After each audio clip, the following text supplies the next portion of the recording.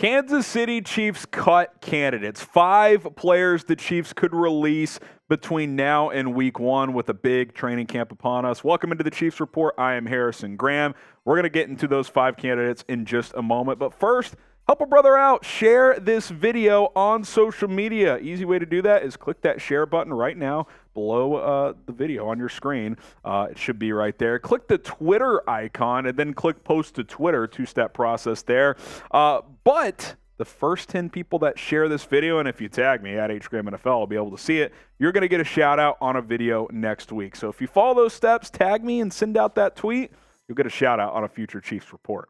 Okay, let's get to that first Chiefs cut candidate here. Lucas Niang, the offensive tackle for the Chiefs, who's had just really the most bizarre career, for being honest. 2020, when COVID opt-outs were offered, he was a rookie, and I think he was the only rookie to take the opt-out. So then he really became a rookie in year 2 in 2021, played fairly well, but then he tore his patellar tendon midway through the season, didn't get back until late last season. Andrew Wiley had kind of established himself.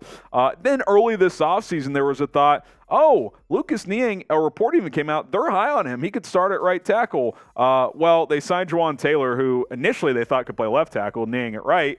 But then they signed Donovan Smith, and they drafted Wanya Morris. And if Morris is proven to be a guy that can at least win the swing tackle job, you're kind of like, watch out for Lucas Niang. I mean, it seems like things have shifted pretty quickly here. I mean, he went from a guy who, oh, he's for sure going to start after they lost Andrew Wiley to, okay, he might start, to there's no chance he starts. And now I'm wondering, is there a chance he gets cut? Like, I don't think that'll happen, but it's surprise cut candidates. It would certainly be a surprise. I don't want to label him on the hot seat, but if Wanya Morris shows out in this first training camp for the rookie, he's your 4th tackle. You have Darian Kennard still from last year who can play tackle. Gets a little dicey for Lucas Niang at that point. Now, the pinned comment on today's show is this question. How confident are you in the Chiefs' offensive line? Scale it from 1 to 10, 1 being not confident at all, 10 being very confident. Replace both tackles from last year. If you get hit with that YouTube ad break, answer. Scale it from 1 to 10. All right, let's go to surprise cut candidate number 2, Blake Bell, who, you know, last year had the hip injury, missed most of the season, came back late, but was kind of clearly the 4th tight end behind Travis Kelce, Noah Gray, Jody Fortson, and then Blake Bell's number 4 there. I do think the Chiefs will carry at least 4, maybe even 5 tight ends because they don't have a fullback on the roster, but Andy Reid said they're still going to utilize that position, but it'll come from the tight end spot. But keep an eye on Matt Bushman. Remember, this guy had a strong preseason last year, suffered an injury in the final preseason game, so they put him on season-ending IR. But then they brought him back, and he's had a strong offseason so far. What if he has another strong training camp and another strong preseason? I would almost opt to keep him as a younger guy, as a developmental 4th tight end, than Blake Bell, who's in his 30s now, and we kind of know what he is, right? Like, he doesn't bring a crazy amount of things to the table. So I'm watching this. I think there's a slight chance Blake Bell could get cut. How about Justin Watson? And this would be a true surprise, but I keep running through the numbers and playing the game of who's going to make the team, who's not at wide receiver, and someone's going to get cut that we're not necessarily expecting. Now, this would surprise me. Number 1, he had a good year last year. Number 2, they gave him a 2-year deal, and he has special teams value. So it would be a surprise, but I do think he's at least going to have a solid camp again. But he kind of emerged out of nowhere, right? I remember Patrick Mahomes had a quote early in the offseason last year, or there was a report that he called Brett Veach and was like, yo, who's this Watson kid? He's pretty damn good. And that played out, right? As like a part-time rotation receiver, averaged 21 yards per catch, had over 300 yards and 2 touchdowns, special teams value as well. But again, where is he in the pecking order here? These top 4 guys are not getting cut. We know that. They're locks. Kadarius Toney, Marquez Valdes-Scantling, Sky Moore, and Rashee Rice, who you just drafted. They're not going anywhere. You signed Richie James, who might have been the Giants' best receiver last year. He was definitely top 2 or 3. He has special teams value as well. And Justin Ross is the ultimate wild card. What if he comes in and balls out? Like, his ceiling's much higher. Like, I'd almost want to keep him in the fold. Now, again, Watson was good last year. He was reliable. And he's a special teamer. So it would take a lot. Like, Justin Ross would have to have a very good camp and convince the Chiefs that he could stay healthy.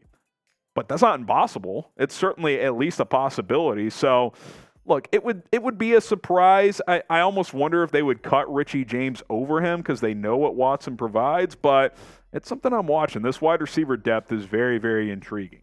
All right, keep one. If you had to keep one of these guys over the other, who you keeping? Type JW for Justin Watson, RJ for Richie James Jr.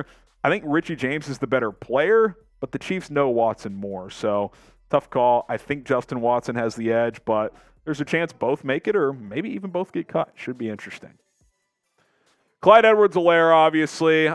This one isn't as much of a surprise in terms of a big name that could get cut, but the reason it would still be a surprise is the Chiefs actually don't save money if they cut Edwards-Helaire. They don't lose any extra than what they're already paying him, like some contracts line up that way, but they wouldn't save any. Now, if they trade him, they save $2 million, which is why I think if a trade's on the table, that's more likely. But we've seen his decline in production. He's had injuries. We talked about it in our last news and rumors roundup. Isiah Pacheco really emerged last year. He's clearly the starter, albeit working back from injury, but he says he'll be ready for week 1. You've got Jarrett McKinnon, so he's RB3, and with Deneric Prince sitting there as a cheap, cost-affordable UDFA who the Chiefs really like already.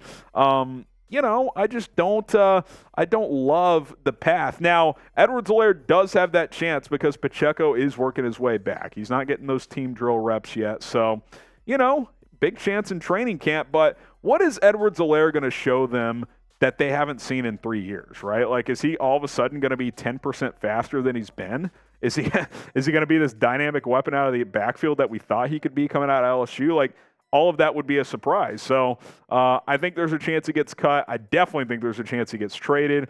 Keeping an eye on CEH in training camp. Donovan Smith, another surprise, right? Theme of the video. What if he just sucks, right? Like Donovan Smith, who, you circle it back to Lucas Niang, who we thought Jawan Taylor was going to play left and Niang's going to play right, but then they signed Smith to play left and keep Jawan Taylor at a position he's played his entire career, which is right tackle. But what if Donovan Smith is just bad? What if he sucks, right? If that's the case, then he could get cut because I think they only guaranteed him like $2 or $3 million. Now, if he makes the team and plays X amount of games, he can make up the $9 million or whatever it is. But he was not good last year for Tampa. Now, he played through a foot injury, and every year prior to that, he was pretty solid, but it's not impossible. Now, it would be a surprise. The Chiefs seem confident that he can get back to at least an adequate level at that left tackle spot. He started over 120 games in his career, so he's been pretty steady before last year. But if he comes out and he's slow and he's getting beat and he's grabbing a lot, which is what he did last year, who knows? I mean, maybe the Chiefs do kind of shift back and they're like, yeah, we'll roll with Taylor at left and Niang at right. Again, would be a surprise, but weirder things have happened in the NFL. Now, will Donovan Smith be good? Type G for good, B for bad, or A for average. Kind of think he'll be average. Serviceable might be the proper term. Type S for serviceable. Let us know what you guys think on the veteran left tackle. All right, guys, football's in the air. Training camp is here. You'll love to see it. We're going to be covering it every single day. So subscribe, hit the notifications. That way you never miss a video here on the Chiefs Report. And until next time, go Chiefs.